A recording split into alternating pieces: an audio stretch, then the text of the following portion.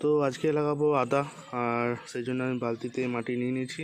এটা আমার মিক্স খাবার তৈরি করা আছে। এটার মধ্যে 50% গার্ডেন সয়েল, বাকি আছে গোবর সার আর ছাই, যেটা কাঠ কয়লা ছাই হয়, তো সেটা আছে। আর কিচ্ছু নেই, কোনো খাবার নেই, কোনো ওষুধ রাসায়নিক কিচ্ছু ইউজ করিনি, জাস্ট গোবর সার।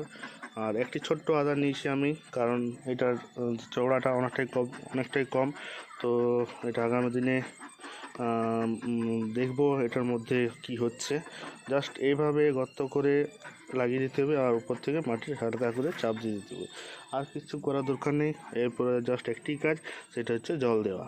তো আপনারা অবশ্যই আদা লাগাবেন। এখন মে মাসের শেষ পর্যন্ত লাগানো চলবে। আজ হচ্ছে মে মাসের 3 তারিখ, আর এখন লাগানো চলবে, কোনো অসুবিধা নেই।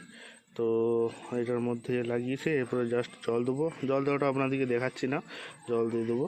আর অবশ্যই টাইমটাই আপনাদেরকে আপডেট দিতে থাকবো। তো আপনারা অবশ্যই লাগাবেন ক্যারি ব্যাগে, বা যে গ্রো ব্যাগ হয়, জিও ফ্যাব্রিকের ব্যাগ হয়, সেগুলোতে লাগাতে পারেন।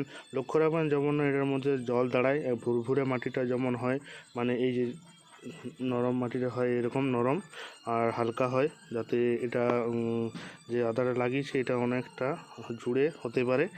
আর পুরো সানলাইটে রাখতে হবে, 6 থেকে 8 ঘন্টা রোদ যেমন পায়। আর একটা পোকা ঘুরে বেড়াচ্ছে, এগুলো অসুবিধা নেই, কারণ এগুলো ওষুধ দিয়ে আমি এগুলোকে মেরে ফেলবো। বাকি অসুবিধা কিছু হবে না, আর ফাঙ্গাস লাগবে না, কারণ এটার মধ্যে আমি ফাঙ্গিসাইডের যে জলে গুলে পরে দিয়ে দেবো, তো যাতে ফাঙ্গাসটা না লাগে। আগে করা দরকার ছিল, বাট পরে করলেও অসুবিধা নেই এখন। তো এখন আমি জাস্ট এইভাবে রেখে দেবো জল দিয়ে।